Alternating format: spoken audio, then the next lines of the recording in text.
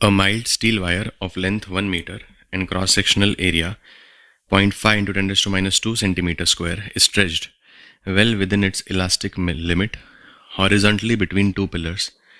A mass of 100 gram is suspended from the midpoint. Calculate the depression of the midpoint. So we have a steel wire like this, which is stretched between two supports.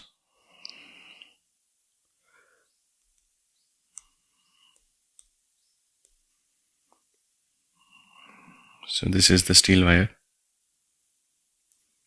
Okay. Now a mass of 100 gram is hung at the midpoint. So at the midpoint, since the mass is hung, the midpoint will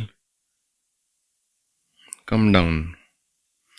So it will come down by a little only, but I am extending the diagram just for the sake of clarity. So eventually the wire will have this kind of shape. So this was the wire before the mass was hung. Now a mass of 100 gram is hung to the wire.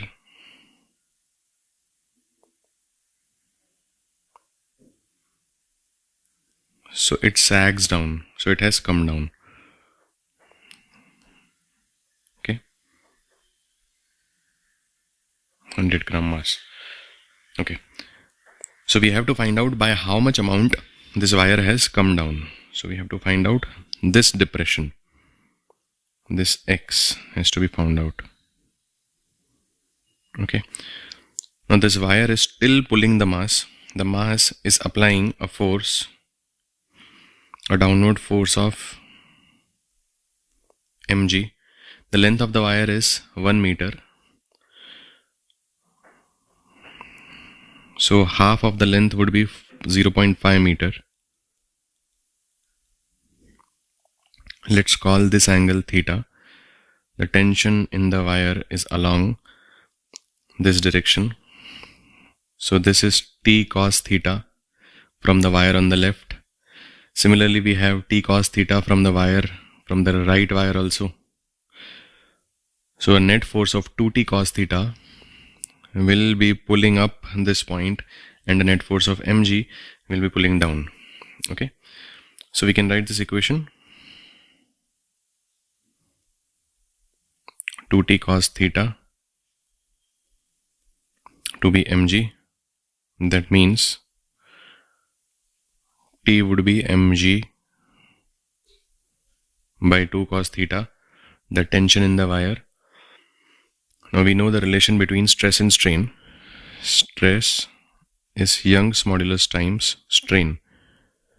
Therefore, stress is the tension in the wire divided by the area is Young's modulus times delta L by the original length of the wire. Okay. So we can substitute T as YA delta L by L. We can make this substitution here. So I'm taking this value of T and putting it in this equation. So we are equating this. So we can see mg by 2 cos theta gives YA delta L by L. From this diagram, we can see cos theta to be adjacent x upon the hypotenuse. Now since we are keeping this L, this length to be L, the new length is L plus delta L. The new length has extended a bit because of the mass 100 gram. Delta L extension has been made in the new length. So this becomes a right angle triangle. This one. In this right angle triangle, cos theta is adjacent upon hypotenuse. And using the Pythagoras theorem, we can see L plus delta L square, the square of hypotenuse, is the sum of squares of the other two sides. So we are going to use this trigonometric equations. Okay. So instead of cos theta, I substitute x divided by L plus delta L.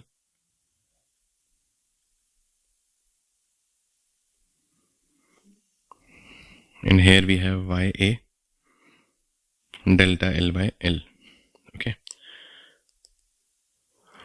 Now L is half a meter and delta L, that is the extension in length, usually comes out to be in millimeters. So this can be totally ignored.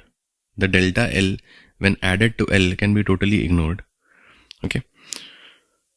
So eventually we get mg L here, L square here by 2. I'm bringing down y, a and delta L this side. This is equal to x. So this is one equation. Now other equation we are going to use is the Pythagorean equation. That is x square plus L square is L plus delta L the whole square. So on expanding this equation we get x square plus L square is L square plus 2L delta L plus delta L square. So we get this equation. Let's write this equation on a new page.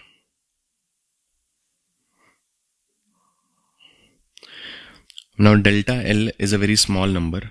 Therefore the square of delta L would be even smaller. L is a big number. The square will be very big. Like L is 0.5 or 50 centimeter. The square would be 2500 centimeter squared.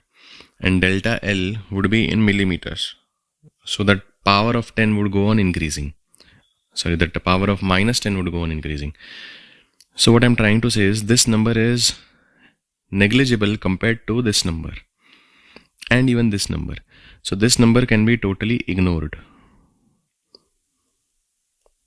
It won't affect the calculation. And 2L square, the L squares on both the sides are being cancelled. So we get x square to be 2L delta L. Now the first equation of x is here. We don't know delta L here. Delta L is an unknown. So we substitute delta L from here. The delta L here comes out to be x square by 2L. Let's put this delta L into this equation. So I got this equation here. I'm substituting delta L here. This delta L, let's plug in here. Therefore mg L square by 2ya. Instead of delta L, I'm writing x square by 2L to be x. So these 2's are being cancelled out.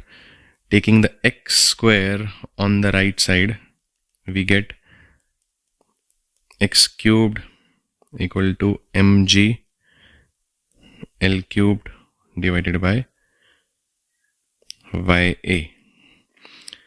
On solving this, we get the amount of depression. So x cubed is mg, mass is 0.1. You can take g to be 9.8. The length is 0.5 cubed. Young's modulus of steel is 2 into 10 to the power 11. The area, the given area here is 0.5 into 10 raised to minus 2 centimeter square. So that is 5 into 10 raised to minus 3 centimeter square.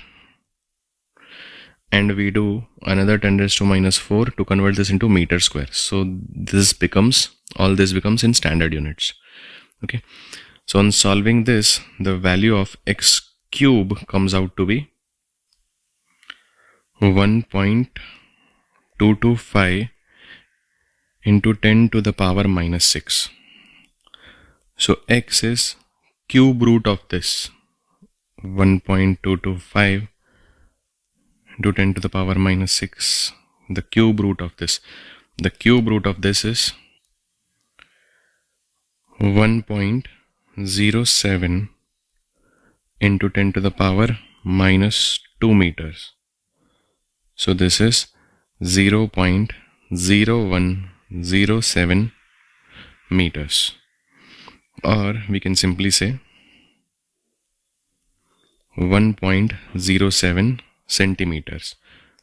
Okay, so we used two equations here. One, the equation of stress and strain, and other, the Pythagoras theorem. So these two equations, and ignoring delta L wherever it is in addition. Wherever it is in addition, we cannot ignore multiplication, because multiplying even a small number brings a big change in the answer.